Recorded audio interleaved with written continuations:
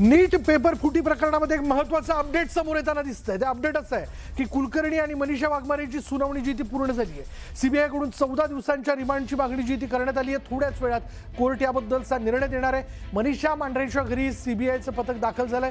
मनीषा मांढरेंच्या घरी देखील छापेमारी जी आहे ती सुरू आहे।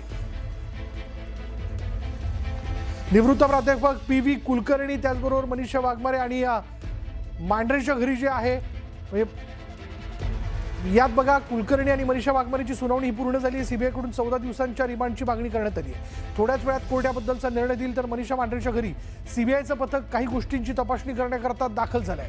मनीषा मांढरेंच्या घरी छापेमारी सुरू आहे आणि थोड्याच वेळात याबद्दलचं देखील अपडेट आपल्या समोर येईल। पण आता क्षणाची मोठी घडामोड आपण बघतोय की मनीषा मांढरेंच्या घरी छापेमारी जी आहे ती सीबीआयच्या पथकानं केली आहे। काही मटेरियल हाती लागतंय का, म्हणजे काही महत्त्वाचे पुरावे हाती लागतायत का, हे जाणून घेणं फार महत्त्वाचं ठरेल। कुलकर्णी आणि मनीषा वाघमारेची सुनावणी ही पूर्ण झालेली आहे। आता क्षणाची मोठी बातमी आपण बघतोय। आता सीबीआयकडून 14 दिवसांच्या या ठिकाणी रिमांडची मागणी जी ती करण्यात आलेली आहे। सीबीआयच्या वकिलांनी कोर्टात याबद्दलची माहिती जी आहे ती देऊ केलेली आहे। आता हे बघायचं की सीबीआयचे वकिलांनी जी मागणी केलेली आहे त्याबद्दल कोर्ट काय निर्णय देत आहे। 14 दिवसांच्या रिमांडची मागणी जी आहे ती करण्यात आलेली आहे। अधिक माहिती आपण जाणून घेणार आहोत। आमचे प्रतिनिधी प्रशांत लीला रामदास आपल्या बरोबर। प्रशांत, काय तपशील याबद्दल?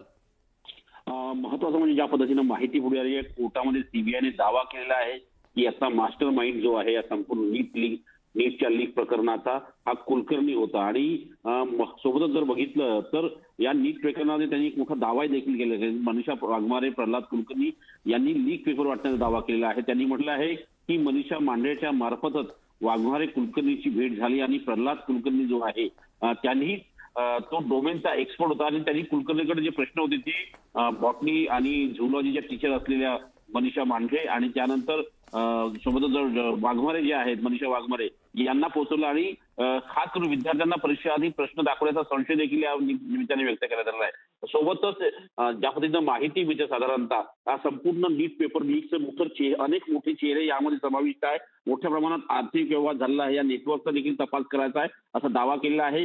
आणि वाघमारे धनंजयशी संपर्क असलेला दावा त्यांनी केलेला आहे। आणि सोबतच ज्या पद्धतीने बघितलं या संपूर्ण प्रकरणामध्ये जीही सीबीआयच्या वतीने दावे केले आहेत त्या संपूर्ण दावे त्याच्या वकिलाच्या मार्फत कोर्टात करण्यात आले। त्यावेळी आता थोड्याच वेळात होऊ शकतं की निश्चितपणे की या सीबीआय कोर्टाच्या वतीने रावजेवणी कोर्टाच्या वतीने एक मोठा निर्णय येण्याची शक्यता आहे। विशाल, धन्यवाद या सगळ्या तपशिलाबद्दल।